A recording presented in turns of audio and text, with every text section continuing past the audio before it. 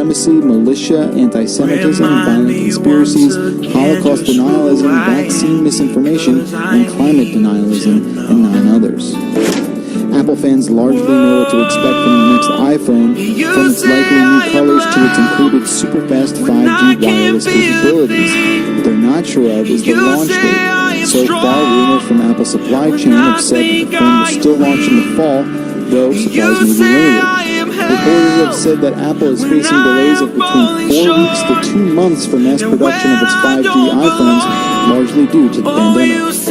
And finally, Google is delaying the reopening of its U.S. offices after coronavirus cases surged in several states. CEO Sundar Pichai previously said the search giant would start bringing workers back beginning July 6th, but an internal memo says its offices will remain closed until the 7th will be available during their ride.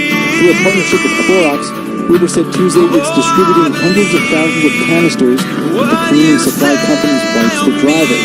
Uber is also telling riders which services in the car it recommends they clean before and after every trip. And finally, Microsoft launched an initiative Tuesday aimed at offering digital skills training to 25 million people around the world by the end of the year. As part of the initiative, the company will be providing free access to educational content on LinkedIn Learning, Microsoft Learn, and GitHub Learning Lab. You can stay up to date with the latest by visiting CNET.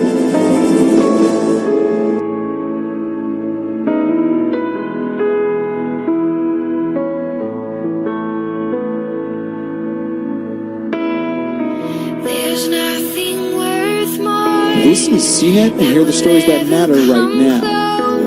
Reddit has banned the controversial subreddit _Donald on Monday as it made sweeping changes to its hate speech policies.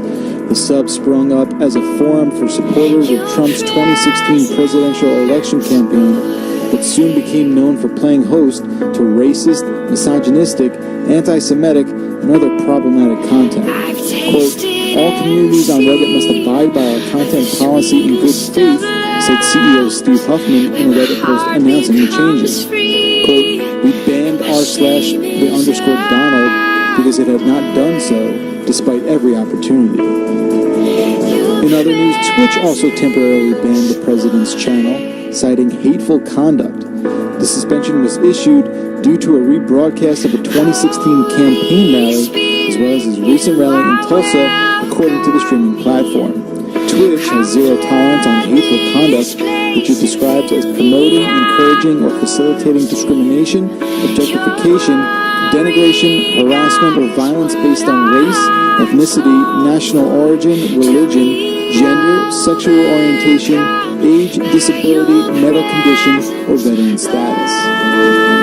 And finally, Amazon on Monday said it's paying out $500 million in one-time bonuses to frontline employees, the most at risk of contracting the coronavirus, who worked for the company through June. The move is an apparent reversal for the company following weeks of criticism for cutting its coronavirus hazard pay, even as the pandemic has continued. Amazon had eliminated its $2 an hour hazard pay for workers at the start of June, after it first instituted the higher wages in mid-March. That hazard pay had already cost the company hundreds of millions of dollars. You can stay up to date with the latest by visiting CNET.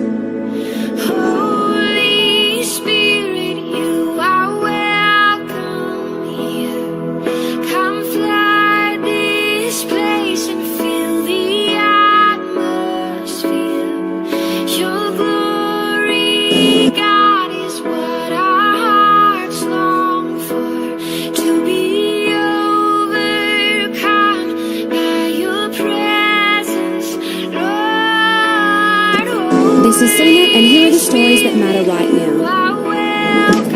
Starbucks is the latest company to boycott ads on social networks in a stand against hate speech. Joining the ranks of companies like Coca-Cola and Unilever, Starbucks issued a statement saying, we believe more must be done to create welcoming and inclusive online communities, and we believe both business leaders and policymakers need to come together to effect real change. Starbucks didn't specify how long it would stop advertising, only that it will do so as it continues internal discussions. The US federal government is reportedly looking at boosting 5G networks across the US in an attempt to compete better against Huawei globally. The Trump administration has reportedly met with US networking companies, including Cisco, to discuss the acquisition of Western European networking giants Ericsson and Nokia. This allegedly comes on the heels of a planned meeting between the companies and government in May, which was derailed by COVID-19 restrictions. But whether any federal intervention will come into effect remains to be seen.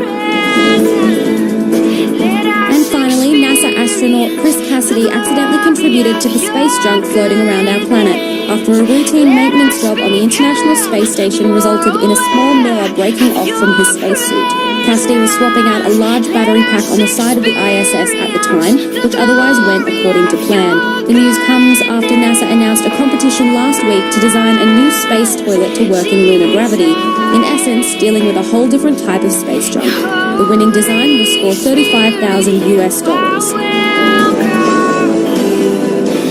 Stay up to date with the latest by visiting CNET.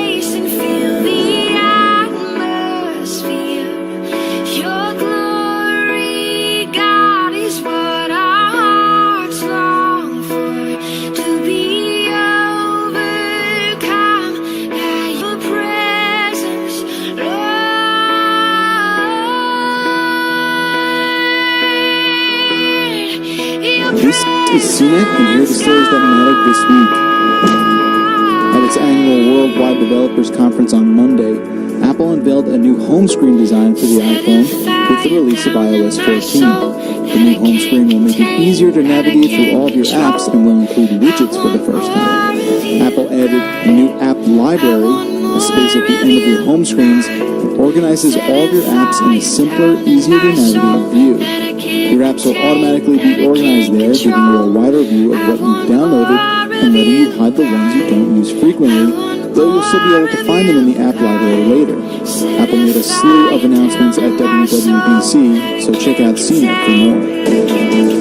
Facebook announced it's discontinuing the Oculus Go this year, just 2 years after its 2018 release, and will focus only on the Quest as its standalone VR device.